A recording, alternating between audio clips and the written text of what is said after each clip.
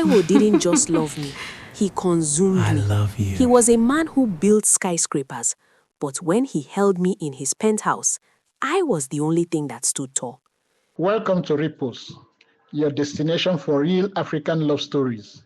Your support means the world to us. Please subscribe now to make sure you never miss a bit of the journey we share. That night, the romance was raw. The air smelled of expensive wood and the steak I'd seared to perfection. We were on the velvet rug, his hands tracing the curve of my waist, his lips whispering that I was the only foundation his life needed. Then, the click happened.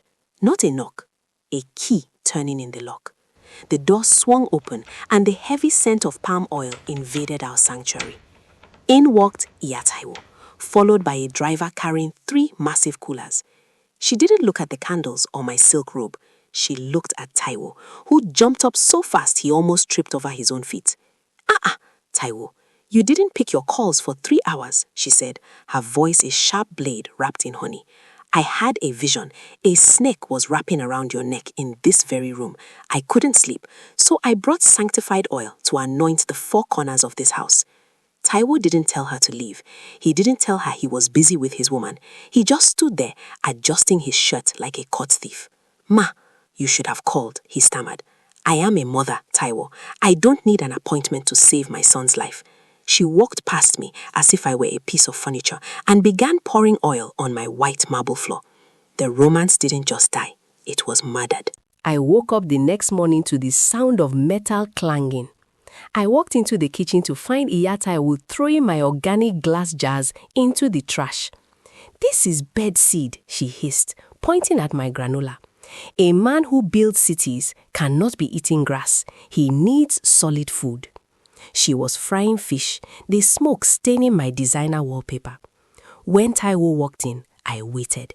I waited for him to see the mess. I waited for him to see my frustration. Instead, he walked straight to her and kissed her forehead. Good morning, Ma. Good morning, Ma. The food smells amazing. I am doing it for you, my king, she said, feeding him a piece of fish with her fingers. He took it. He swallowed it.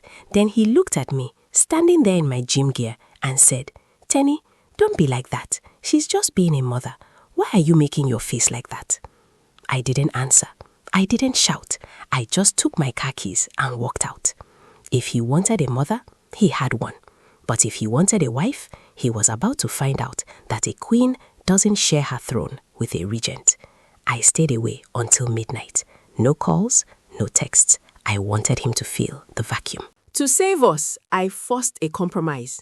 A weekend getaway far from the city.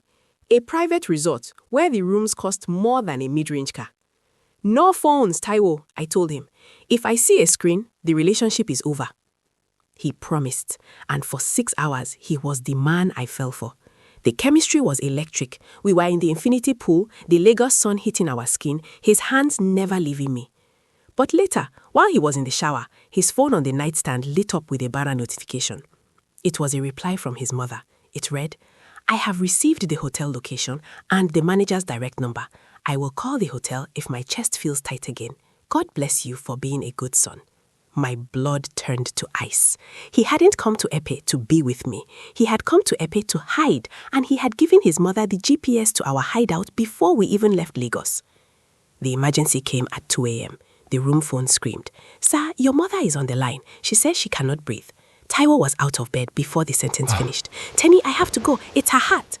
Taiwo, if you leave this room, don't come back to mine, I said, my voice like ice. He didn't even pause. He left me in a king-size bed, alone, with the smell of his betrayal lingering in the air.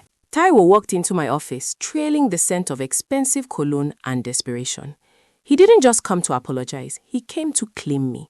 He locked the door, pulled me into his arms, and kissed me with the hunger that made me forget the weekend for a split second. Then he sank to one knee. He opened a velvet box, and a 3-carat princess-cut diamond screamed luxury in the afternoon sun. Teni, I'm done living in the middle, he whispered, his eyes locked on mine. I want you to be my wife. No more shadows, just us. My heart hammered. I was reaching for his hand when the office door rattled. My secretary didn't even have time to protest before Taiwo marched in, her face a mask of religious fury. She didn't look at me, she looked at the ring. Taiwo, you want to build your house on vanity? She shrieked, reaching into her heavy lace wrapper. She snatched the diamond box from his hand and replaced it with a small, dirty rag. Inside was a tarnished dull silver band with a cracked green stone. This is the ring of your ancestors. If this girl is the one God sent, she will wear this heritage with pride. If she wants the diamond, she is a Jezebel sent to empty your pockets. Taiwo stood up, looking at the diamond in his mother's left hand and the junk in her right. He looked at me, his face pale. Teni, it's just a stone. If we have the blessing of the elders, the ring doesn't matter, right? He actually held out the tarnished silver. He didn't fight for the diamond he bought. He didn't fight for me. He just offered me his mother's leash and asked me to call it heritage. I didn't cry. I just picked up my car keys and walked out of my own proposal. The showdown didn't stay behind closed doors. 2 days later, I was at a high-end furniture gala when I saw them. Taiwo was there, looking like a ghost, but he wasn't alone. Iya Taiwo was flanking him, and she had brought reinforcements. A girl named Buki, the daughter of her best friend, dressed in a modest but expensive lace that skrilled good wife material. I was sipping my champagne, looking radiant in a backless silk dress when Iya Taiwo spotted me. She didn't turn away. She walked straight toward me, loud enough for the Lagos socialites to turn their heads. "Ah, Teni, you are here," she announced, her voice dripping with fake pity. I was just telling Taiwo that a woman who dresses like a billboard for sin cannot understand the value of a family ring. See Buki here. She understands that a man is a head, not a bank account. The room went silent. Taiwo looked at the floor, his hands shoved deep into his pockets. He wouldn't even meet my eyes. "Ma, this is a gala, not a prayer meeting," I said, my voice projecting to the back of the room.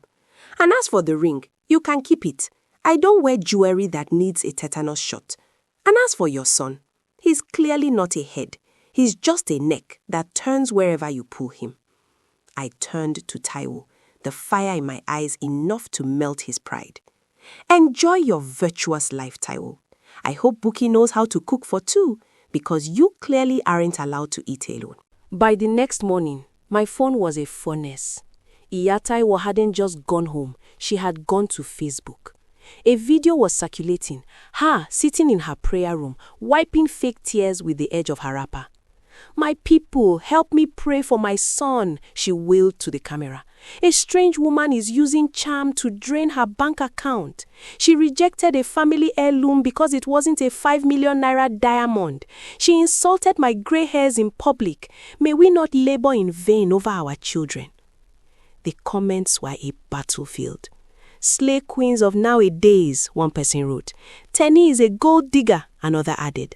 My brand, my reputation, and my peace were under siege by a woman who treated a Facebook Live like a courtroom. I didn't record a crying video. I didn't call Taiwo to beg. I simply opened my gallery and found the screen recording I'd made at the resort. The one showing Taiwo sent messages to the hotel manager and his mother's replies, GPS tracking our every move. I cropped the timestamp.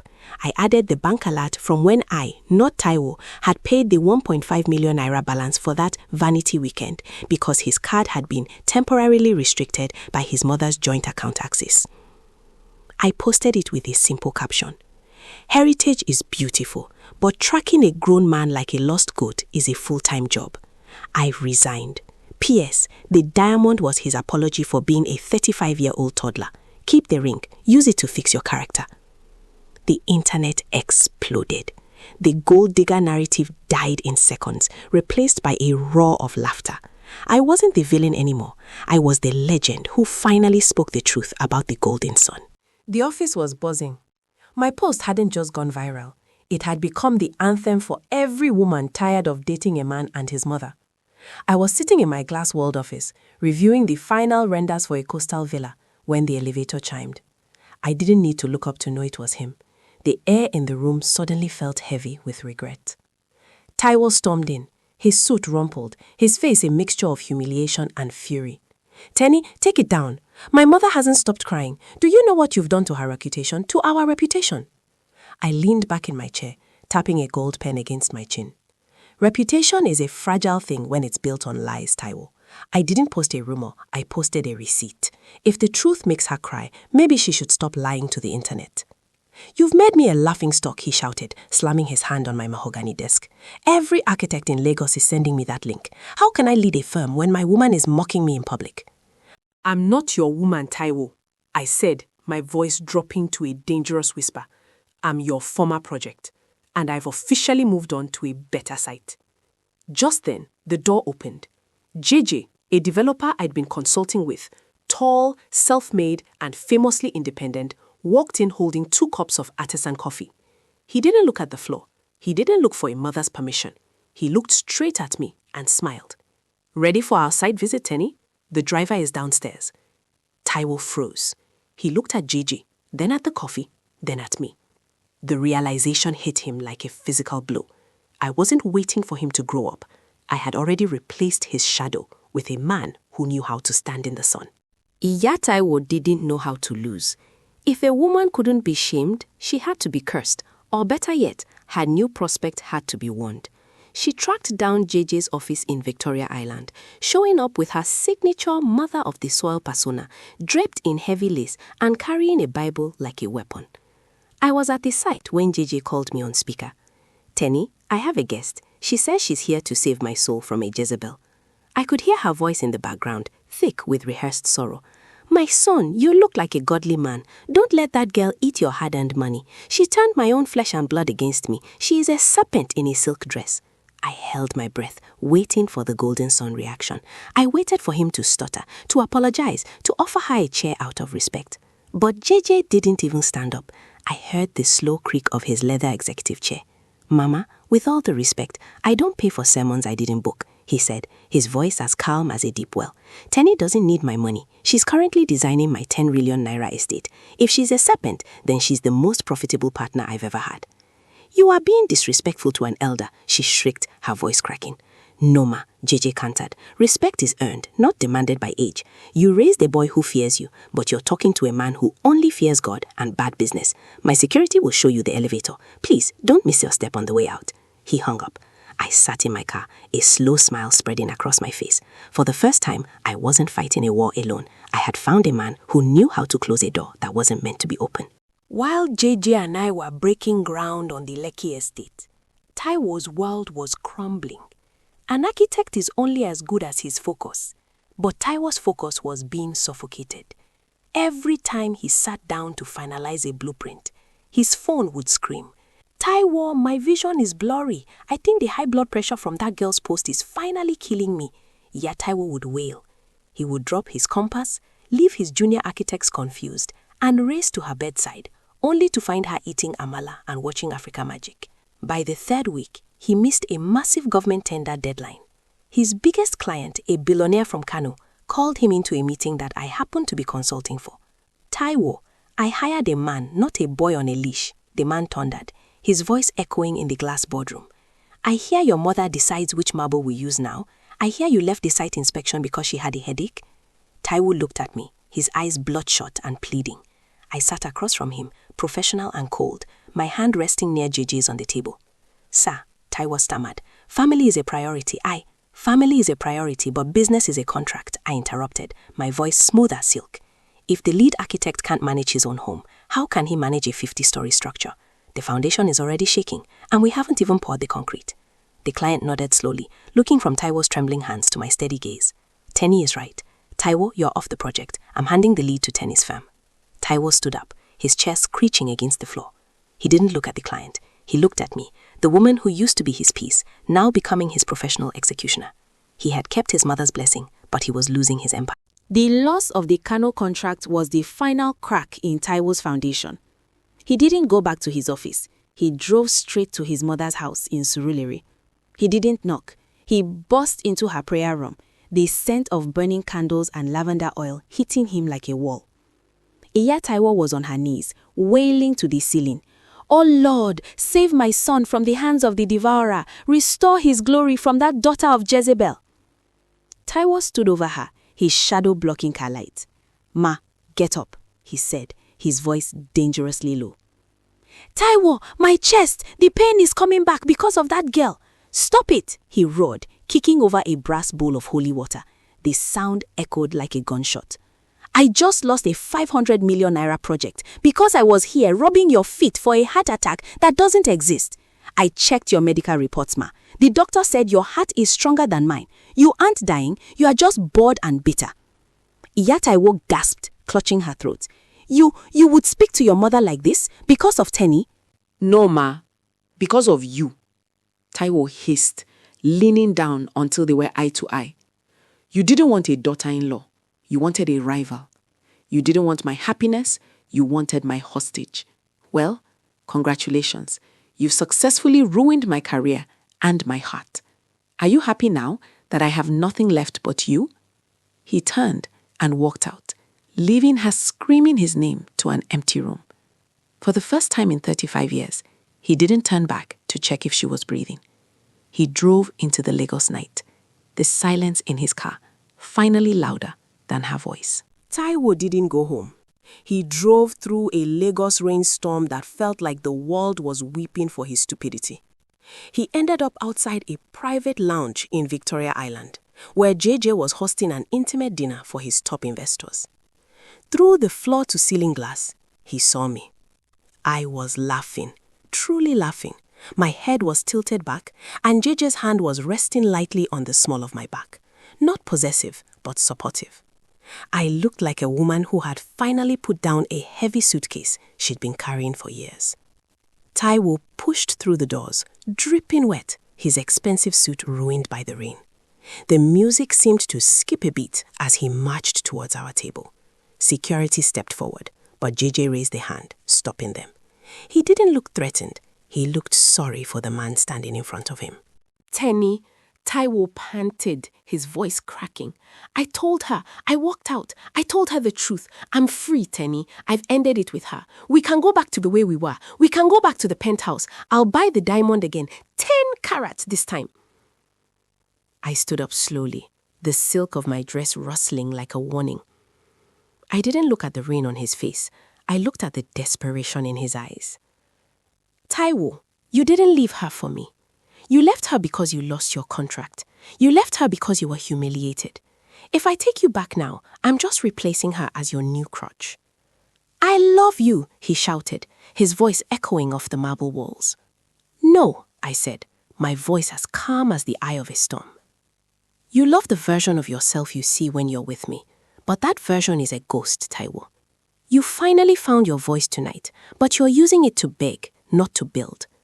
I'm with a man who didn't need to lose his career to find his spine. I sat back down and turned my face to JJ.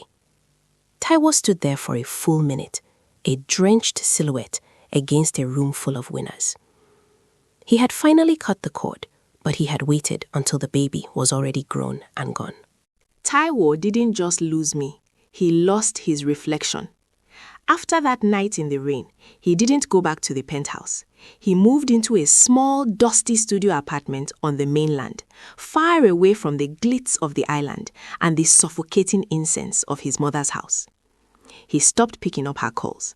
For the first time, when the phone screamed with her emergency ringtone, he watched it vibrate until it went silent. He started going to therapy, not for me, but because he realized he didn't know where his mother ended and where he began.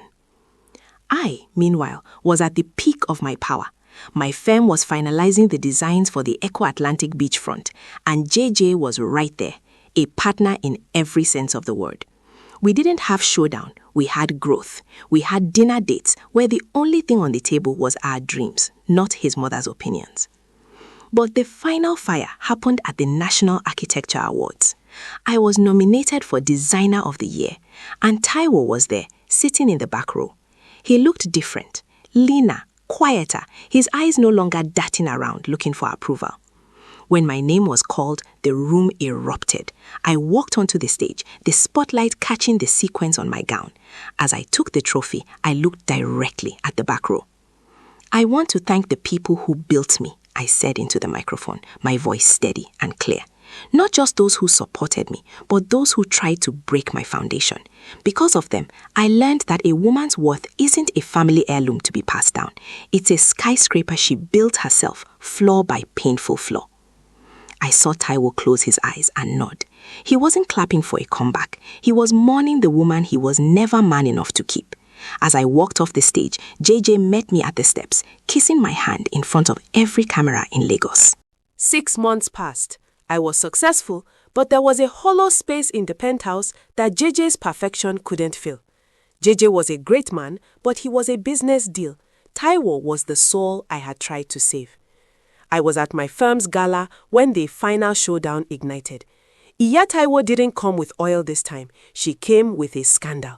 She stormed the red carpet, screaming that I had bewitched her son into abandoning her mother in her dying days. She had a gallon of fuel in her hand, threatening to set herself on fire right there in front of the cameras if Taiwo didn't come home. The press went wild. I stood on the stairs, frozen. Then a car screeched to a halt. Taiwo stepped out. He didn't look like a boy anymore. He walked straight to his mother, grabbed the gallon of fuel and poured it, not on her, but in a circle around himself. "You want a show, Ma? Here it is," he shouted, his voice cracking the night air. "If you set yourself on fire because you can't control me, I'm staying right here to burn with you. Because a life where I have to choose between my mother's ego and my woman's soul is a life I don't want anyway." The silence was deafening. Even the cameras stopped clicking. For the first time, the golden son wasn't begging. He was willing to lose everything to prove he was done. Iya Taiwo dropped the lighter. She collapsed into a heap, sobbing. Not a heart attack sob, but the sound of a woman who finally realized her power was gone. Taiwo didn't pick her up. He signaled for her driver to take her away. He turned to me, smelling of petrol and smelling of freedom. He didn't have a ring, he just had his hand out. I sold the penthouse, Teni. I sold the firm. I'm starting small, on my own. I don't have a diamond and I don't have a mother's blessing. All I have is a man who finally knows how to say no. Is that enough for a first date? I looked at the mess, the fire, and the man who had finally burned his own bridge to reach me.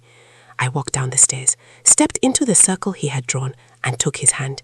"It's a start, Taiwo," I whispered, "but this time I'm keeping the keys." We walked away from the cameras and the smoke, leaving the golden sun behind and starting a life where the only voice that mattered was ours. Thank you so much for sharing this moment with us at Ripples. If you enjoyed this story, your support means the world. Hit that subscribe button and turn on notifications so you never miss another journey of real African love.